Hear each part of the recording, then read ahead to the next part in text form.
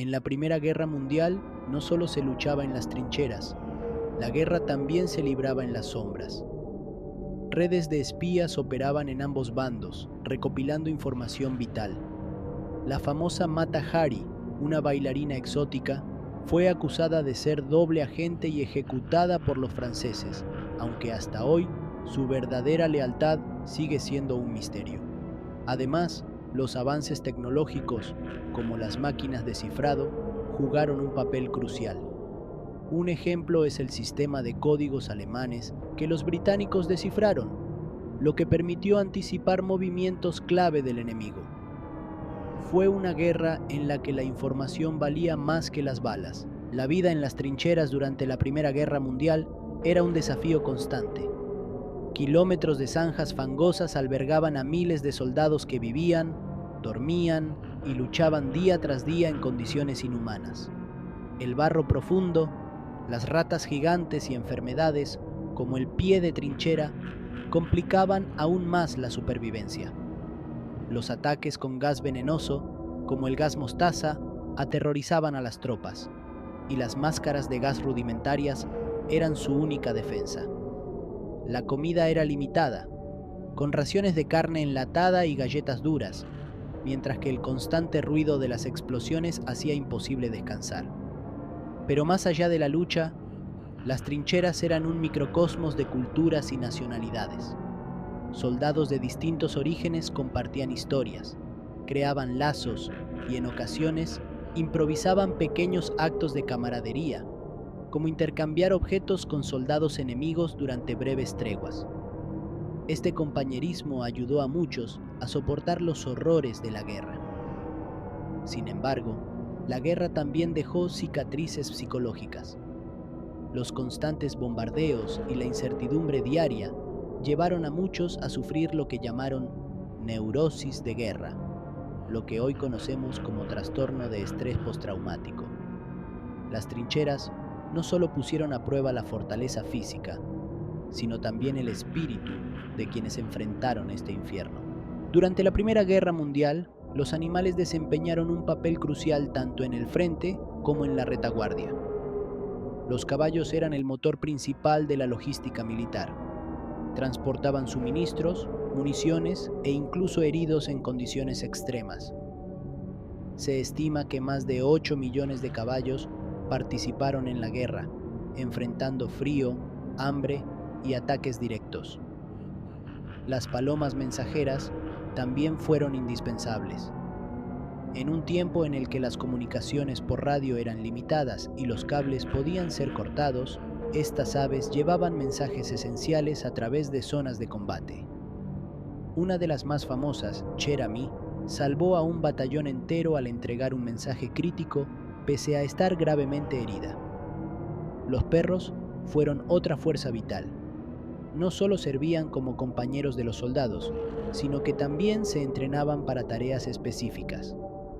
Algunos detectaban minas, otros transportaban suministros a través de terrenos peligrosos y muchos ayudaban a localizar a los heridos en el campo de batalla.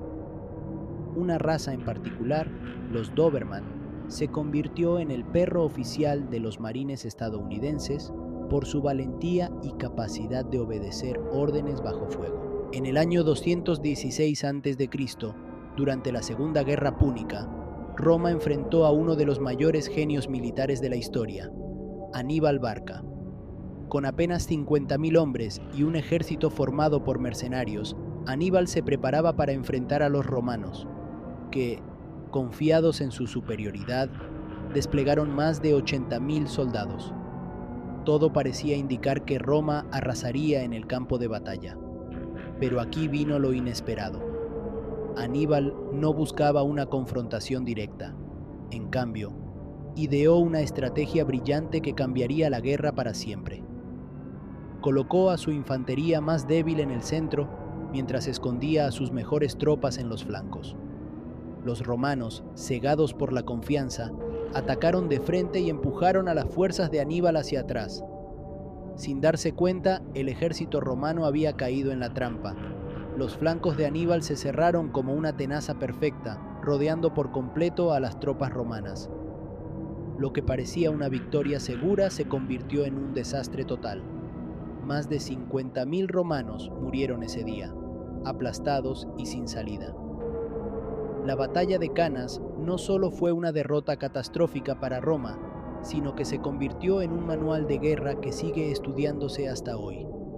El cercamiento de Aníbal demostró que la astucia, la paciencia y la estrategia podían vencer a la fuerza bruta, incluso cuando todo parecía perdido.